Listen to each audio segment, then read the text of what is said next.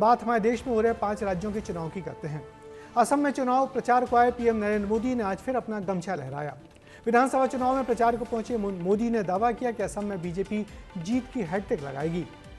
उधर कांग्रेस से प्रचार की कमान असम में प्रियंका गांधी ने संभाली है। प्रियंका भी कामाख्या मंदिर गईं और जीत का आशीर्वाद दिया। उधर पश्चिम बंगाल में चुनावी हिंसा शुरू हो गई है। टीएमसी और बीजेपी के कार्यकर्ताओं के बीच कोलकाता में हिंसक झड़प हुई है।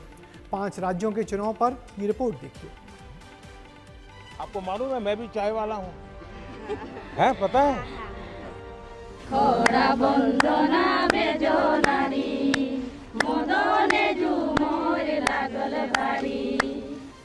असम की धरती पर चाय के लहलहाते खेतों के बीच आज देश के प्रधानमंत्री नरेंद्र मोदी वहां के लोगों से मिलने पहुंचे। इस दौरान उन्होंने असम का पारंपरिक गीत सुना, नृत्य देखा और चाय की पत्तियों को भी अपने हाथों से तोड़ वहां के लोगों की खेती में मदद की। असम यानी चाय, दुनिया भर में असम की चाय की सुवास थी। अब असम को दुनिया चाय के साथ साथ चिप से भी पहचानेगी।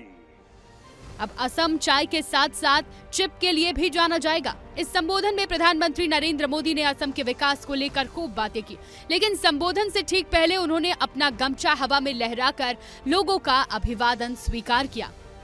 ऐसा ही नजारा बिहार में भी चुनाव प्रचार के दौरान देखा गया था। गमछा लहराने के बाद बिहार में बीजेपी ने बहुमत हासिल की थी। अब जब असम में उन्होंने ऐसा किया तो सियासी गलियारों में इस बात की चर्चा तेज हो गई कि असम में 10 साल से सत्ता पर काबिज रही बीजेपी इस बार असम की जीत की हैट्रिक बनाने की पूरी तैयारी में है। और यही वजह है कि खुद प्रधानमंत्री नरेंद्र मोदी कांग्रेस पर निशाना साधने का कोई मौका नहीं छोड़ रहे हैं। कांग्रेस ने दशकों तक सरकारें चलाई है, लेकिन आप लोगों के स्वास्थ्य पर बिल्कुल ध्यान नहीं दिया।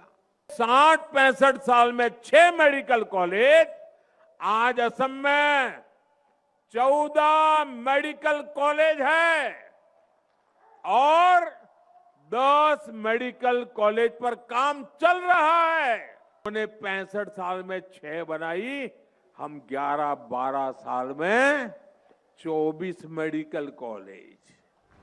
प्रधानमंत्री नरेंद्र मोदी ने असम में चुनावी हुंकार भरी तो वहीं दूसरी ओर कांग्रेस से सांसद प्रियंका गांधी भी असम पहुंची। इससे पहले फरवरी में भी प्रियंका ने असम जाकर कामाख्या देवी मंदिर में दर्शन किए। कहा जाता है कि कामाख्या देवी के आशीर्वाद से ही असम जीता जा सकता है। यही वजह है कि प्रियंका गांधी ने देवी मां से आशीर्वाद लिया और वहां से आने के बाद जनता को संबोधित कर बीजेपी पर जमकर निशाना साधा। ये चाहते हैं कि ये डबल गुलामी की सरकार इस असम के सुंदर प्रदेश और स्वाभिमानी प्रदेश की जनता को गुलाम बना दे, दबा कर रखे। आप सर उठाओ अपना, सीना तानो अपना और मन बनाओ कि जो नई सरकार आएगी उसके साथ एक नया असम आएगा। असम में सियासी पारा हाई है, लेकिन ये भी जान लीजिए कि असम के अलावा 4 और राज्यों में विधानसभा चुनाव इसी महीने होने वाले हैं और 5 राज्यों में चुनाव प्रचार जोर शोर से हो रहा है। पश्चिम बंगाल के कोलकाता में तो चुनाव प्रचार के दौरान भिड़ गए, तो वहीं तड़के सुबह बशीरहाट में नाम कटने को लेकर भी लोगों ने खूब प्रदर्शन किया।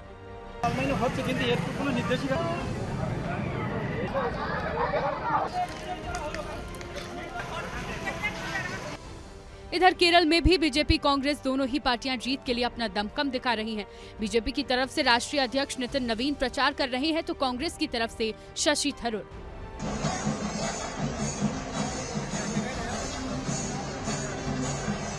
केरल के अलावा तमिलनाडु में सीएम स्टालिन अब चुनावी प्रचार के लिए आम जनता के बीच पहुंचे हैं। तिरुचिरापल्ली में सीएम ने आम जनता से बातचीत की, चाय पर चर्चा हुई और खूब बातें हुई।